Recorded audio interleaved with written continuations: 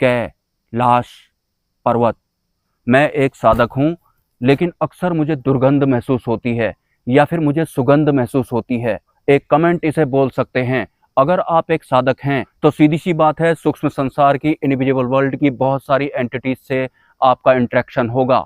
और invisible world में भी नेगेटिव और पॉजिटिव दोनों तरह की शक्तियां होती हैं। लेकिन जो भी दुर्गंध या फिर सुगंध आपको महसूस होती है वो हमारी भौतिक जगत वाली सुगंध या फिर दुर्गंध नहीं होती है, वो सूक्ष्म गंधें होती हैं। सूक्ष्म जगत की जो गंध होती है वो भी सूक्ष्म ही होती हैं, भले ही वो अच्छी गंध हो या फिर बुरी गंध हो। लेकिन अगर आप एक साधक हैं तो सीधी सी बात है, आंतरिक स्तर पर आप जागना शुरू हो गए होंगे। मतलब जो आपका सूक्ष्म तत्व है वो एक्टिवेट होना शुरू हो गया होगा। और अगर किसी इंसान का सूक्ष्म तत्व या फिर अंतकण जागृत होना शुरू हो जाता है तो फिर उसे उसके स्थान पर या फिर इस पूरे ब्रह्मांड में जितने भी अन्य सूक्ष्म तत्व होते हैं वो भी महसूस होना शुरू हो जाते हैं। अगर आपको दुर्गंध महसूस हो रही है तो आपको इसमें डरने की बिल्कुल भी जरूरत नहीं है, क्योंकि हमारे आसपास सूक्ष्म गंध या फिर सूक्ष्म दुर्गंध पहले से भी मौजूद थी। जब आप जागृत नहीं थे, जब आप साधना की लाइन में नहीं आए थे, वो तो अब आपका सूक्ष्म तत्व जागृत हो गया है तो इस वजह से आपको दुर्गंध महसूस होती है या फिर सुगंध महसूस होती है। और वैसे भी आपको इसकी ज्यादा डेप्थ में जाने की जरूरत नहीं है, क्योंकि हमारे भौतिक संसार में जो आम इंसान होते हैं, जो सांसारिक लोग होते हैं, वो तो पता नहीं कब से अपनी बदबू आने वाली यानी दुर्गंध आने वाली जगहों में परफ्यूम डाल डाल के, मतलब सुगंध डाल डाल के काम चला रहे हैं। तो आप एक साधक हैं तो आपको इन दुर्गंधों में या फिर इन सुगंधों में ज्यादा भेद नहीं करना है और इनके बारे में सोचकर अपना टाइम खराब नहीं करना है। हमारा जो ये भौतिक संसार है ये द्वंद्व व्यवस्था के अकॉर्डिंग काम करता है। सुगंध होगी तो दुर्गंध भी जरूर होगी, अच्छा होगा तो बुरा भी जरूर होगा, यस होगा तो नो भी जरूर होगा, जन्म होगी तो मृत्यु भी जरूर होगी। अगर आप एक उच्च स्तर के साधक बनना ही चाहते हैं, इस भौतिक संसार से या फिर माया रूपी इस संसार से ऊपर उठना चाहते हैं, तो आपको इस द्वंद्व व्यवस्था के पचड़े में या फिर लफड़े में बिल्कुल भी नहीं पड़ना है, इनके लपेटे में या फिर चपेटे में बिल्कुल भी नहीं आना है।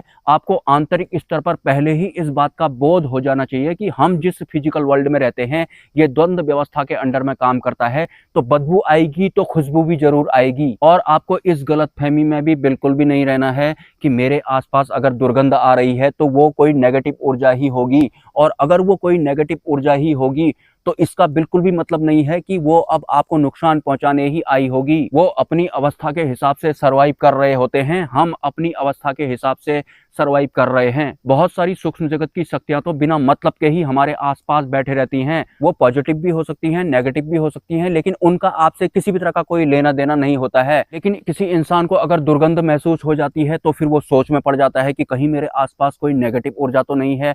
अरे अगर नेगेटिव ऊर्जा आपके साथ में है भी तो जरूरी नहीं है कि वो आपको नुकसान ही पहुंचाएगी। वो अपनी अवस्था के हिसाब से सरवाइव कर रही है, उसको आपसे कोई भी लेना देना नहीं है। जबरदस्ती उसके बारे में सोच सोच के आपको परेशान होने की जरूरत बिल्कुल भी नहीं है, क्योंकि बिना मतलब के आप अगर किसी के बारे में बार बार सोचेंगे तो आपका मन उसी तरह की पिक्चर बनाकर आपको दिखा देगा और उसके बाद आप भयग्रस्त हो जाएंगे। मन ऐसा भी करता है, मन माया का एक अभिन्न अंग है। इसे आप कुछ इस तरह से भी समझ सकते हैं जैसे कि एक बनवारी लाल नाम का इंसान है जिसने कि 2 साल से नहीं नहाया है और जहां भी वो जाता है बदबू भी साथ में ले जाता है। लेकिन वो हर रोज आपके घर के आगे से निकलता है, क्योंकि उसके जाने का एक ही रास्ता है, तो उसे भी अपना जीवन यापन करना है। लेकिन जब भी वो आपके घर के आगे से निकलता है तो आपके घर के अंदर भी स्मेल आती है। इसका बिल्कुल भी ये मतलब नहीं है कि बनवारी लाल नाम का एक पागल जिसने कि 2 साल से नहीं नहाया है वो आपके घर के आगे से हर रोज जाता है तो उसका मकसद आपको नुकसान पहुंचाना है। ऐसा बिल्कुल भी नहीं है, क्योंकि रास्ता ही एक है और हर रोज उसे उसी रास्ते से आना और जाना होता है, तो हर रोज बदबू भी आती और जाती रहती है। कुछ इस तरह से आप समझ सकते हैं। तो इसलिए भी मैं कहता हूं कि जो जीरो होता है, जो शून्य होता है, उसमें रहकर ही आपको साधना के क्षेत्र में भी आना है। आपको +1 भी नहीं होना है, आपको -1 भी नहीं होना है। मैं आपको अपना एक 1.5 साल पुराना अनुभव बताऊं तो 3 सिद्धियां अक्सर जब भी मैं दिया बत्ती करता था मेरे आसपास आ जाती थी और वो मुझे साफ साफ दिखाई भी पड़ती थी। लेकिन उन तीनों में से जो 2 सिद्धियां थी वो तो बहुत फेयर थी, मतलब बहुत गोरी थी, लेकिन जो एक शक्ति थी या फिर जो एक सिद्धि थी वो पूर्ण रूप से ब्लैक थी, टोटली काला उसका कलर था। और वो उन 2 सिद्धियों के साथ में भी नहीं बैठती थी, उनसे थोड़ा गैप बनाकर वो बैठती थी। और एक दिन वो मेरे बिस्तर पे ही बैठी हुई थी, जिसे देखकर मैं कुछ समय के लिए डर भी गया था। उसके बाद मैंने हनुमान जी से विनती भी की थी कि ये मेरे इतने आसपास में नहीं बैठनी चाहिए, ये मुझसे थोड़ा दूर ही रहनी चाहिए। और उसके बाद जो ब्लैक वाली सिद्धि थी या फिर जो 2 गोरी सिद्धि थी, तीन के तीन मुझे आज तक नहीं दिखाई पड़ी।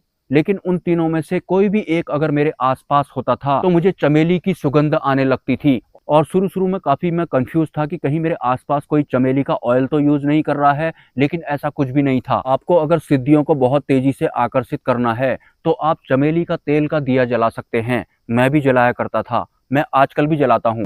वैसे मैं 3 तेलों का एक साथ दिया जलाता हूँ। थोड़ा सरसों का तेल होता है, थोड़ा तिल का तेल होता है और थोड़ा चमेली का तेल होता है। इस कॉम्बिनेशन के साथ ही मैं हर रोज़ दीपक जलाता हूँ। लेकिन आपको एक बात भूलनी नहीं है, अगर कोई सिद्धि आपके सामने प्रत्यक्ष हो जाती है और उसके बाद आप उस सिद्धि से शक्ति से वचन भी ले लेते हैं, तो उसके बाद ऐसा नहीं कि सिद्धि कोने में पड़ी हुई है और आप अपनी जीवन में मस्त चल रहे हैं। सिद्धि से वचन ले लेने का मतलब, उसे स्थान देने का मतलब है कि आपकी फैमिली का एक महत्वपूर्ण मेंबर भी आपके परिवार में आ गया है और वो मेंबर आपके परिवार के बाकी मेंबरों से बहुत बहुत आगे है, बहुत बहुत उच्च स्तर का है। तो आपको उसकी छोटी छोटी बातों का ध्यान रखना पड़ता है। आपको अपने आप को अकेला रखना पड़ता है ताकि आपको संकेत आसानी से समझ में आ जाएं। ऐसा नहीं कि दिन भर आप मार्केट में दुकानों पर बैठे हुए हैं और वहां की चिक चिक चिक चिक भर के अपने अंदर लाए हुए हैं और रात में आपको सपने भी उन्हीं चिक चिकों के आ रहे हैं और देर दुरुस्त ब्रह्मांडी व्यवस्थाओं द्वारा आपको कोई स्वप्न भी दिखाया गया तो सुबह आपको स्वप्न याद ही नहीं है। आपको अपने भीतर बिल्कुल खाली रखना है। आपको अपने अंतकण में फालतू की दुनियादारी बिल्कुल भी नहीं भरनी है, वरना आप सपने भी भूल जाएंगे। और किसी भी सिद्धि या फिर शक्ति को स्थान देने का मतलब है आपको पर डे उनके भोग प्रसाद से लेकर पूजा पाठ से लेकर हर एक चीज की जानकारी होनी चाहिए। हर रोज आपको ये सब करना पड़ता है। सिद्धि के साथ साथ उस साधक को अपना भी ख्याल रखना पड़ता है, बाहरी स्तर पर भी और आंतरिक स्तर पर भी। साधक का अंतर्मन ज्यादा जरूरी हो जाता है, क्योंकि वैसे भी जिन सिद्धियों से या शक्तियों से वो बात कर रहा है या फिर काम ले रहा है, तो उनके साथ उसका सामंजस्य या तालमेल तब तक ही फिट बैठ पाएगा जब तक उसका अंतकण खाली होगा या फिर जब तक उसका अंतकण स्वच्छ रहेगा। तो एक साधक को कम खाने वाला, कम बोलने वाला और दुनियादारी के पचड़ों में कम पड़ने वाला बनना पड़ता है। उसे ऐसा करना पड़ता है। ऐसा बिल्कुल भी नहीं चलेगा कि सिद्धि से वचन ले लेने के बाद, उसे एक स्थान दे देने के बाद आपने उसे उसी स्थान पर छोड़ दिया और आप अपनी भौतिक जीवन वाली लाइफ में मस्त हो गए और 1 महीने बाद आपको याद आ रही है कि बहुत दिन हो गए हैं, आज मैं दिया बत्ती जलाने वाला हूँ। और हाँ, 2-1 दिन से बहुत सारे लोग मुझे नॉन स्टॉप कॉल्स कर रहे हैं, टेक्स्ट मैसेज कर रहे हैं। शायद वो 2-4 दिन पहले ही इस चैनल से जुड़े हैं।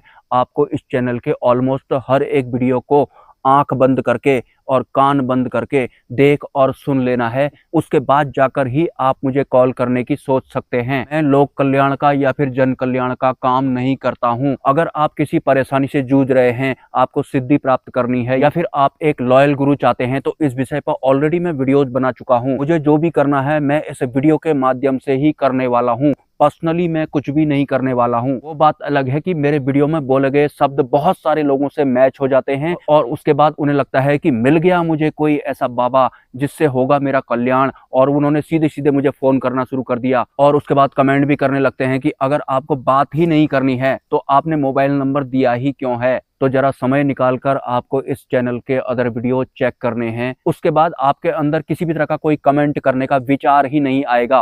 ऑलरेडी मैं इन सब तथ्यों के बारे में पहले ही बात कर चुका हूं। एनीवेज, अगर आपके कोई सवाल हैं तो आप मुझे कमेंट कर सकते हैं। अगर आप इस चैनल को सपोर्ट करना चाहते हैं तो स्वेच्छा से आप मेरे नंबर पर या फिर QR कोड पर सपोर्ट कर सकते हैं। कोई ज़बरदस्ती नहीं है। मिलते हैं नेक्स्ट वीडियो में। ब्रह्मा, विष्णु, महेश, जय मां पराशक्ति, कैलाश पर्वत।